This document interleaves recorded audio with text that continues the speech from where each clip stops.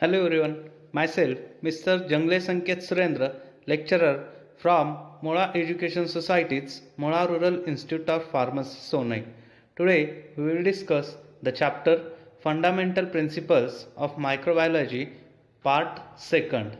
In this chapter we are going to study various types of the viruses, isolation techniques, etc. This chapter is generally discussed for the first year diploma in pharmacy students. In previous part, we have gone for the various types of the microorganisms or classification of the microorganisms. From that we have studied the bacteria's structure of bacteria, bacterial cell, fungi, molds and yeast, rickettsias, mycoplasmas, etc. Today we will start with the viruses. Viruses means literally a poison. They are the smallest organisms than bacteria. They vary in a size from 20 nanometer to 300 nanometer. They can seen only under electron microscope. Most of the viruses are spherical, rod shaped, bullet shaped, brick shaped. A virus is composed of nucleic acid, DNA or RNA, but never both, and a protein wall containing enzyme system with the help of which virus penetrates into the tissue cells. Virus cannot prepare their own protein. They are strictly parasitic. All forms of live animals, plants, bacteria are susceptible to infection of virus. The viruses which attacks bacteria and destroy their nuclear material are called as bacteriophages. Many species of viruses are pathogenic for man and causes diseases ranging from common cold to highly fatal diseases such as AIDS, cancer, rabies, or yellow fever. The other common diseases caused by viruses in human beings are smallpox, rabies, influenza, measles, hepatitis, poliomyelitis, foot and mouth diseases. The extracellular infectious virus particle is called as viron. Types of the viruses. Here you can see the various types of the viruses, in which you can see a HIV virus, hepatitis B, Ebola virus, adenovirus, influenza, rabies, bacteriophage, rotavirus, herpes virus, papillomavirus, etc. Shape and structure of viruses. Here you can see the general structure of viruses, in which you can see a papillomer, which is the outer side of the viruses, then envelope, which is the wall of the viruses, then you can see a capsomer, which is under the wall, then nucleic acid core, and you can also see a small portion like a capsid. Structure of viruses. Virus is an ultramicroscopic entity on boundary of living and non-living. It does not possess the cellular organization.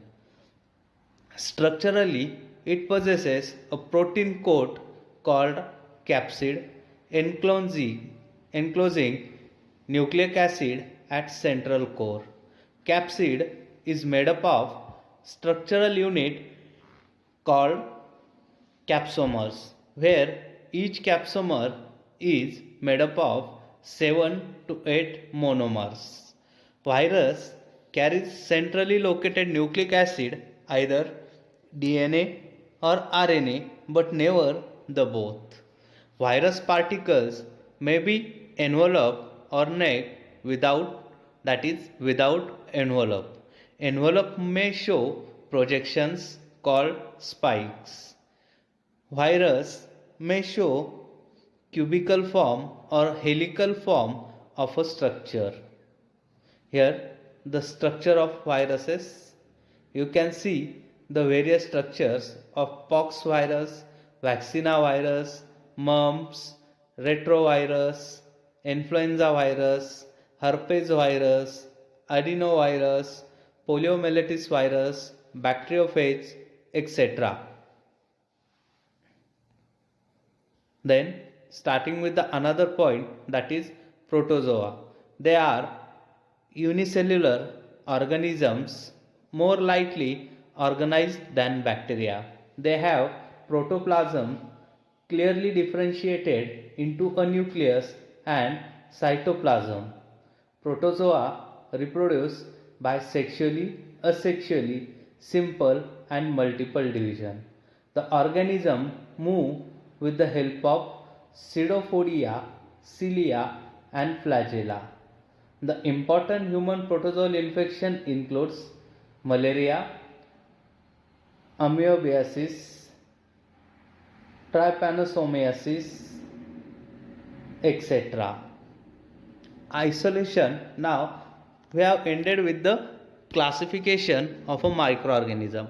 Now starting with the another point, that is isolation of pure culture.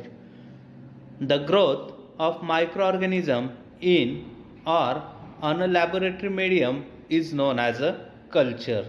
When microorganisms are grown on a solid medium from a single cell or spore is called colony. When a culture contains only one type of microbes, it is termed as pure culture.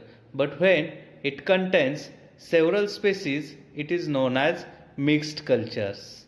For growing pure culture, the media should consist nutrient broth, nutrient agar, semi-solid agar, peptone water, blood agar, chocolate agar, serum agar, etc.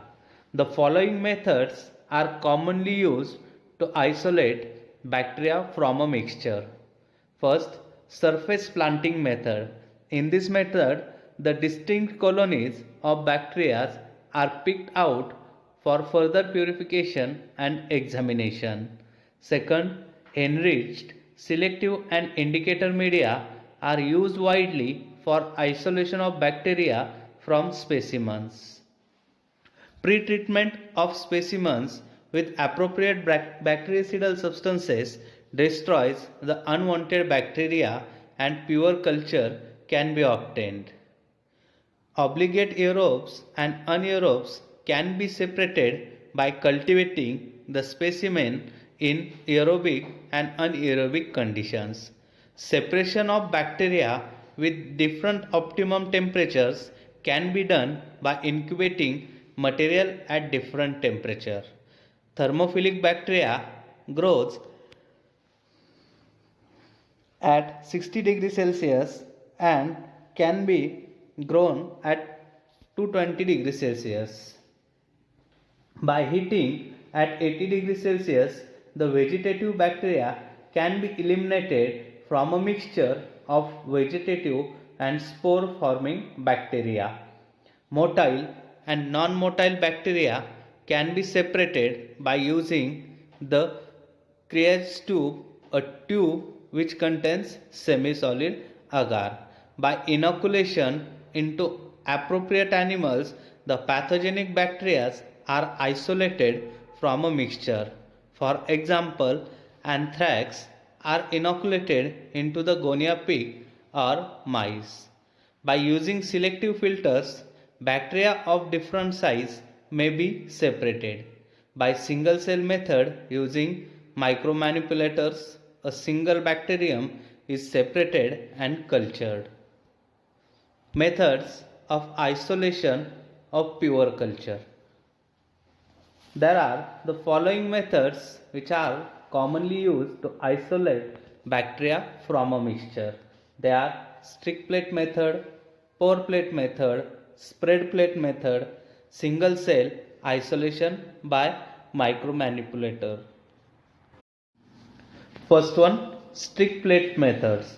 A plate of solid medium, that is nutrient agar, is allowed to dry in a incubator for about 30 minutes to dry the surface. Then, by using a bent wire which has been sterilized by heating directly on the flame, is dipped in an inoculum. It is also known as, the wire is also known as inoculator or nichrome wire loop. With the wire, the inoculum is streaked across the surface of the agar medium so that individual cell become separated from each other. The inoculum can be streaked on the agar surface by method as shown in the following figures. The plates are incubated at 37 degrees Celsius for about 18 to 24 hours, after which individual colonies can be observed on the agar surface. Spread plate method. A drop of diluted sample of culture specimen is placed on the surface of an agar medium, and this drop is spread over the entire surface using sterile bent glass rod. These plates are incubated at 37 degrees Celsius for about 18 to 24 hours, after which individual colonies can be observed on the agar surface.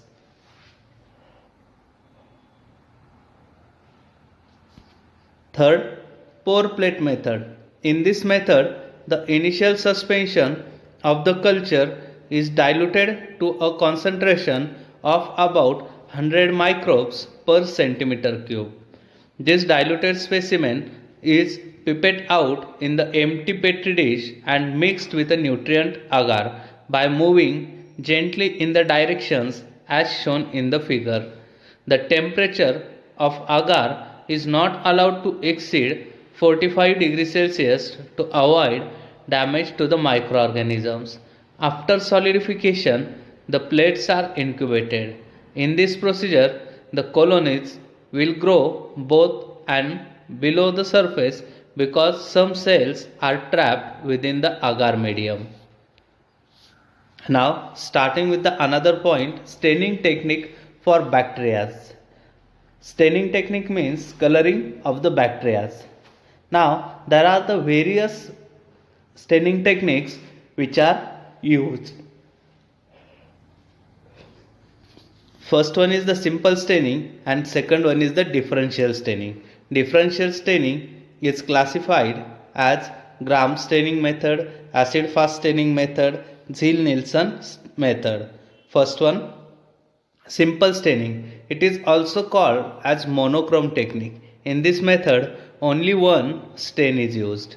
Procedure: smear is fixed, stain is put, stain is allowed to react for 30 seconds to 3 minutes. Then wash the smear with stream of cold water, dry and examine under oil immersion lens.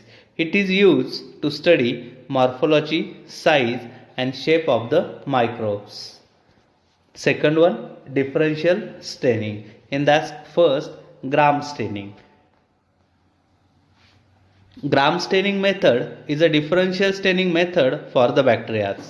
The procedure: first point, smear means a thin microbial film is prepared on a clean glass slide. Then it is air dried and fixed by gentle heating. Then in the second step, crystal violet solution is applied on a smear as a primary stain for about 1 to 2 minutes. Then potassium iodide solution, which is also known as the gram iodine solution, is applied on a smear for 1 to 2 minutes. Then slide is gently washed with water. Alcohol, which contains 95%, is now applied on a smear as a decolorizer. The secondary stain as counter stain like eosin or safranin is applied on a smear for 20 to 30 seconds. Finally, slide is washed with water, air dried and observe under oil immersion lens of microscope. Observation: gram-positive bacterial cell appears violet colored while gram-negative bacterial cells appears pink colored. Importance of this staining: by this method, not only the shape, size and other structural details are made visible, but the bacteria can be grouped into gram-positive and gram-negative bacteria. Here another one, acid-fast staining method. The method is used to differentiate bacteria are acid-fast or non-acid-fast. Dyes are used are malachite green and methylene blue. Acid-fast bacteria are not colorized by acid and alcohol, while non-acid-fast bacteria lose stain decolorized by acid and alcohol. Then Ziehl-Neelsen method. The Ziehl-Neelsen stain is the type of differential bacteriological stain used to identify acid-fast organisms, mainly Mycobacteria tuberculosis and Mycobacterium leprae. It is a modification of acid-fast staining. Dyes used are Ziehl's scarborophysicin. Decolorization is done by 20% sulfuric acid. Then methylene blue is applied as a counter stain. The result, acid-fast bacteria appears pink or red, where non-acid-fast bacteria appears blue or green. Hope you have understand this part second. Thank you very much. Here we are ending with the chapter microbiology. Thank you very much.